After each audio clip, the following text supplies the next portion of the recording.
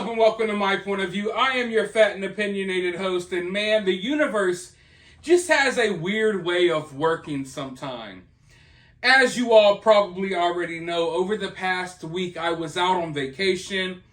I went to MegaCon down in Orlando, Florida. I had a lot of fun.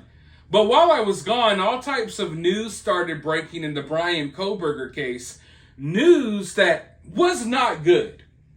You know, we have the news about the knife sheath and how there's some discrepancy going on with the DNA because one test didn't bring up any results. And then we have the internal investigation going on with one of the officers or investigators involved in the case. So, I don't know. It just was all building up and it didn't feel right to me. You know, it made me start losing hope that we were actually going to get justice in this case. So I sat down and I filmed a video basically going over my frustrations and talking about all of this bad news.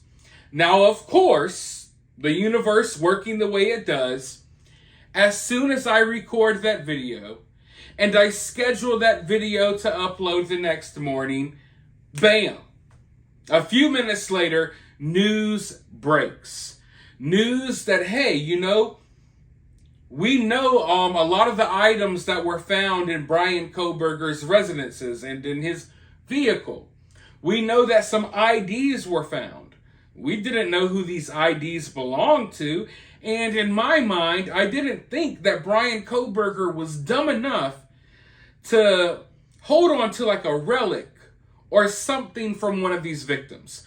Bryan Kohberger having the level of education that he has in the field that he has it in makes you think that he wouldn't make those type of mistakes. Yet news broke last night, right after I go on this rant feeling like, hey man, this case is falling apart. As soon as I go ahead and schedule that video for upload, news breaks that one of the IDs that were found, and I believe it was found in Bryan Kohberger's vehicle, was an ID belonging, or at least that's what's being reported, an ID connected to, belonging to, one of the Idaho 4 victims. Now that, right there, is a complete game changer. And it's almost as if right when I'm losing hope, right when it seems like the odds were stacked against us, and I'm not saying that, oh, this was a sure shut case that Bryan Kohberger was going to walk free. I'm just saying that we were on a streak of bad news. You know what I mean? But if this is true, okay, this is what is being reported. If this is true, then man, oh man, does that change everything? Not only does it change everything, it changes the way I view this case. And I'll tell you why in just a moment. But first, let's go ahead and watch this clip, and then I'll be right back with my opinions. Last night, we brought you exclusive information that authorities, maybe in the state where he was found, Pennsylvania, maybe more states, are looking to see if they connect Kohberger to other criminal acts or open homicides, okay? Tonight, we have another exclusive set of details, and they go to two aspects. One, evidence of what was found in the places where he lived or he inhabited, okay, that may connect him to one of the victims. An ID was found connected to someone from the home in Moscow, Idaho. It was found during one of the searches of Kohberger's residences, plural. So what does that mean? Well, either they found it in Washington, you know, where he was, just outside Moscow, Idaho, or in Pennsylvania. Police also believe they have evidence that could connect Kohberger to what they are viewing as cyber stalking of someone from the Moscow residence. Okay, so up until this point, I've really been battling within myself, you know, trying to figure out what my solid opinion is on what Bryan's motive possibly is. Don't get me wrong. There are things out there suggesting that Bryan maybe had an obsession with one of these women. that Bryan was an incel, that Bryan really had something against women, maybe because of how he was treated, what have you. We know about those details. But then, on the other hand, we have Bryan's education.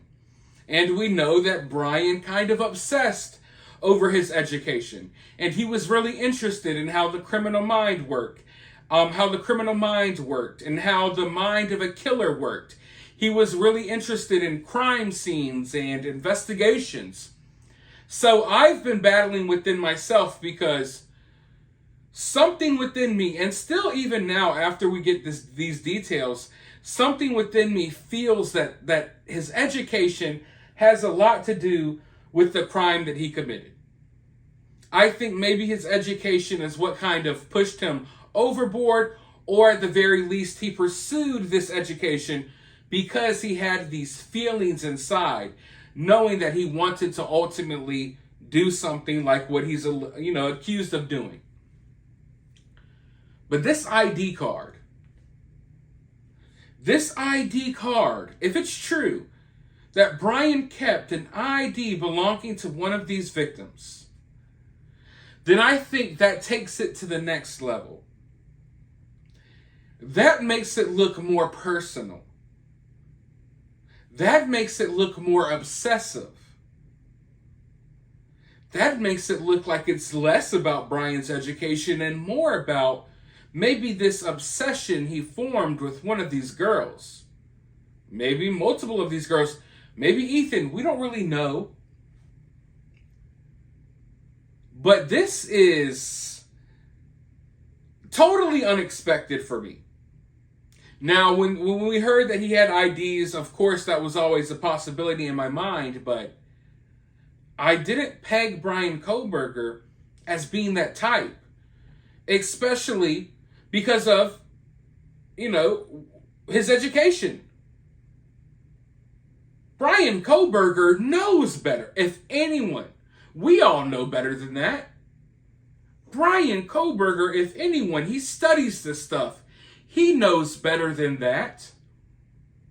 That if you don't want to get caught and tied to this crime, why would you keep an ID from one of the victims?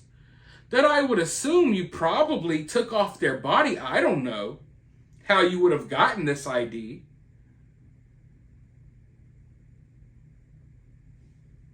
So I didn't peg Bryan as the type to do that. And even if Bryan was the type that had the urge to collect a trophy or something, I just felt like he would be smarter than that. And I'm not trying to give him too much credit or too little credit, but Bryan Kohberger is smarter than that. I don't know the guy, but you're not going to tell me that someone with his level of education isn't smart enough to know that you shouldn't keep an ID from someone who you took the life of. You know what I mean? Like, that's a surefire way for them to try to connect you to this crime. So you're going through all of the stuff that you have to go through to try to clean your vehicle, clean your clothes, get rid of evidence. You're traveling across country, but you keep an ID.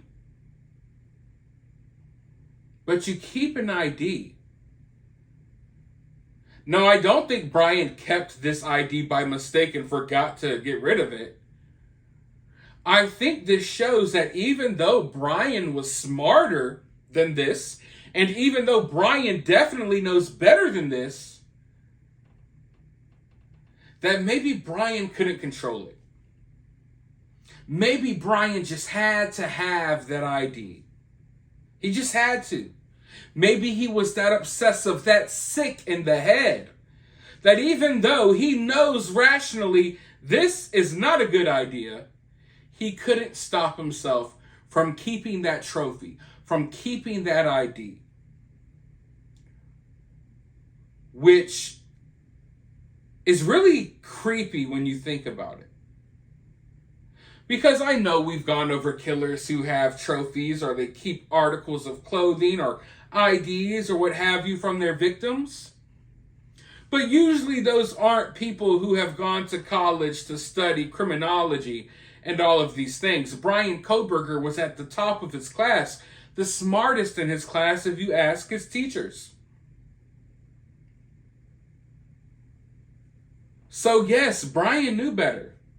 But the urge and the impulse, I guess, was too much for Bryan. So that's kind of creepy. But I think this gives you some insight into how his mind works. And I gotta say, it throws me off a little bit. Because from everything I've seen and looking into this case, I did not see this.